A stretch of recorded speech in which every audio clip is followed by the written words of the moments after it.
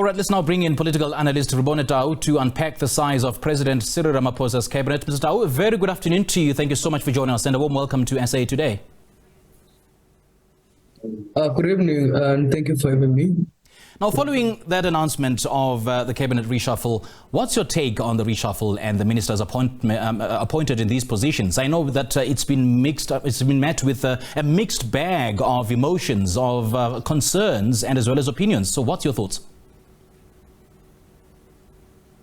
I mean, the question is that, okay, while we do have, we agree that there is a crisis, with load shedding, but creating two ministries in the presidency also raises a lot of issues, especially because the two ministers, by the way, who have just been appointed in the presidency, both of them, the Ramaphosa, they were both working in the union building. The other one, Rebone Tau, was the advisor to the president for international relations, and you had Cyril Ramaphosa, heading the infrastructure in the presidency. And one wonders why would the president want to create jobs for people who were already working in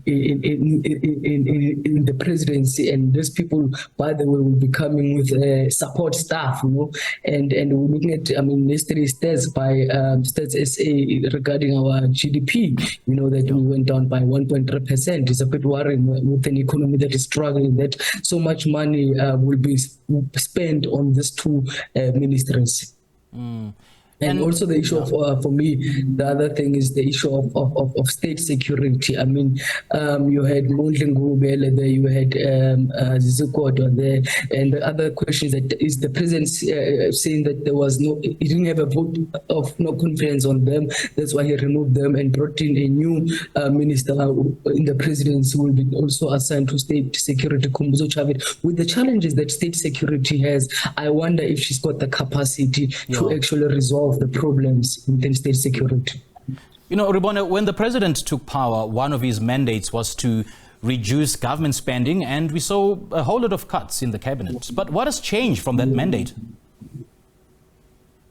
If you look at the cabinet, might have technically it was not actually cut, because then he bloated it with too many deputy ministers, and that really is a bit worrying that he continues now to increase it now with ministers. He seems not to understand or care about the economy of this country and also what people are going through on a day-to-day basis. When right now we can see workers, and how workers have taken the streets, in the health sector. I've seen like Home Affairs, they even reports that even in courts, while workers are complaining, about salaries, but he's busy making sure that he's got more ministries. That is worrying. Now, Rebone, we've seen Minister Ramaphosa having been tasked with the responsibility of ending the load shedding crisis in the country, and of course will be given certain executive powers by the president to do so. But the issue is, now this role may step ostensibly on many other toes in the other departments, which could lead to turf wars, which may not necessarily be beneficial to smooth progress in resolving the crisis. We've seen this playing out already in the catfight between Gwede Mantashe and Pravin Gordhan. Was any due diligence done to avert this? One of the things is that President Ramaphosa fails to do is to resolve problems. He likes to create a problem with a problem, and you are correct, because, we also had during the SONA when he says that public enterprise remains a shareholder, with ESCOM, then there's minerals, energy, and now he then creates Ministry of electricity, while he even contradicts his party's resolution, because his own party resolved that ESCOM should be under the Department of Minerals and Energy. Now with having three ministers, it's going to be very interesting how they're going to work around this, especially because two ministers have been contradicting each other even on the how long it will take to even end load shedding. They seem not to agree even on the approaches. And when I spoke to some people, by the way, who were at the Lekgotla, the ANC Lekgotla, Yeah. we're seeing that even in the commission, they brought in these two contradicting reports, and people who were there were very upset. Why is it that two ministers are bringing two contradicting reports? That it shows that there is a lack of political will to solve the crisis of Eskom, which has got a huge impact on the people of South Africa. Right. And their livelihood. And why the need to build parallel structures within the cabinet? I mean, we've seen the presidency on its own having 3 departments under it. Is it an indication that the president is not, is not satisfied with the ministers' different roles?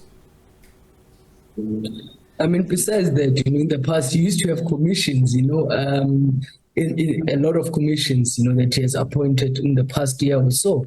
And now bringing in this too many ministries in the presidency, it shows that he wants to control everything within the presidency, and which is very interesting that looking at the ANC, I mean, has got lots of members in parliament and so forth, and he goes and gets people who are working in his office to become ministers. Also, that says that he's got no confidence in those who are actually who are members of parliament, who are members of the ANC, who are serving in parliament, to have given them those responsibilities to be ministers. But he's a man that seems like he likes to centralize power, and some have said that sometimes he wants to run the state like he's running Shanduga.